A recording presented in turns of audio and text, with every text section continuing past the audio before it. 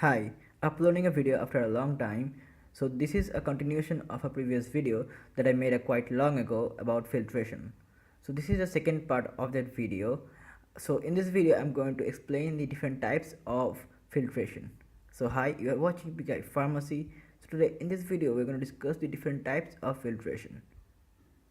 So first let's classify filtration. So filtration is broadly divided into two major categories, one depending upon the particle rejection site and another depending upon the particle flow direction. So the first category is dependent on the particle rejection site. What does that mean? So during filtration we reject or separate out the unwanted particles that we don't want to be there in our sample solution. Thus we get a clear filtrate.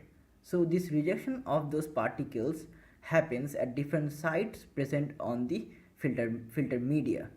So depending upon the site of rejection, these two types of filtration takes place. One is surface filtration and another one is depth filtration.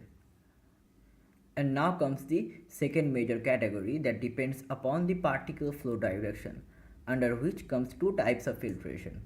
One is crossflow filtration and another one is dead-end filtration. So this classification is based on the particle flow direction over the filter media with respect to the direction of the filtrate. I know it sounds a little confusing, but you will find it easy in the latter part of this video. Now at first comes the surface filtration that is dependent on the particle rejection site. So in this type of filtration, the particles that we want to remove are rejected on the surface of our filter media, and they generally do not intrude into the filter medium. Rather they stay on the surface of the filter media. So right now what I said, you can make it out from this given diagram, where you can see the feed contains these red colored particles which remains above the filter media, and the filtrate or the permeate that we obtain is free from those unwanted particles. Now under this category comes another type of filtration, that is depth filtration. So in depth filtration, the particles can intrude the filter media and get trapped inside the media through collision mechanism. So you can see from this diagram, the feed contains these red colored particles, the unwanted particles, which get stuck inside the filter media, and thus we obtain a clear filtrate. So here these particles, the red colored particles, gets inside the media. So in previously we have seen in surface filtration the particles remain above the filter media, but in depth filtration the particles get stuck inside the filter medium.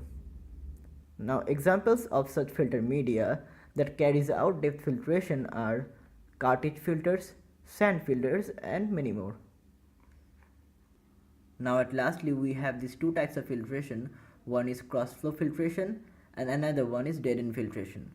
So we are going to do a comparative study between these two types of filtration, and both these types of filtration depends on the flow direction of the particles. So let's first discuss about the crossflow filtration. So in crossflow filtration, the feed or the sample moves parallel to the filter media, and it generates a shear stress which rubs the surface of the filter media. However, in dead-end filtration, no crossflow exists, as you can make it out from this figure, and moreover the feed moves toward the filter media. And in crossflow filtration, extra energy is required to generate the crossflow, but the cake layer thickness can be controlled. So here is an advantage. In crossflow filtration, the cake layer is very thin, so there is no hindrance to the rate of filtration. Now if you are wondering what is a filter cake, then you can definitely check out my previous video, which is linked in the description box below. Now moving to the dead-end filtration. So in dead-end filtration, the filtration is not sustainable forever without removing the accumulated solids, that is the filter cake. So we have to perform backwashing of the filter media periodically in order to maintain the rate of filtration. And here comes the third point. The crossflow filtration is particularly effective when the feed contains high amount of suspended solid particles.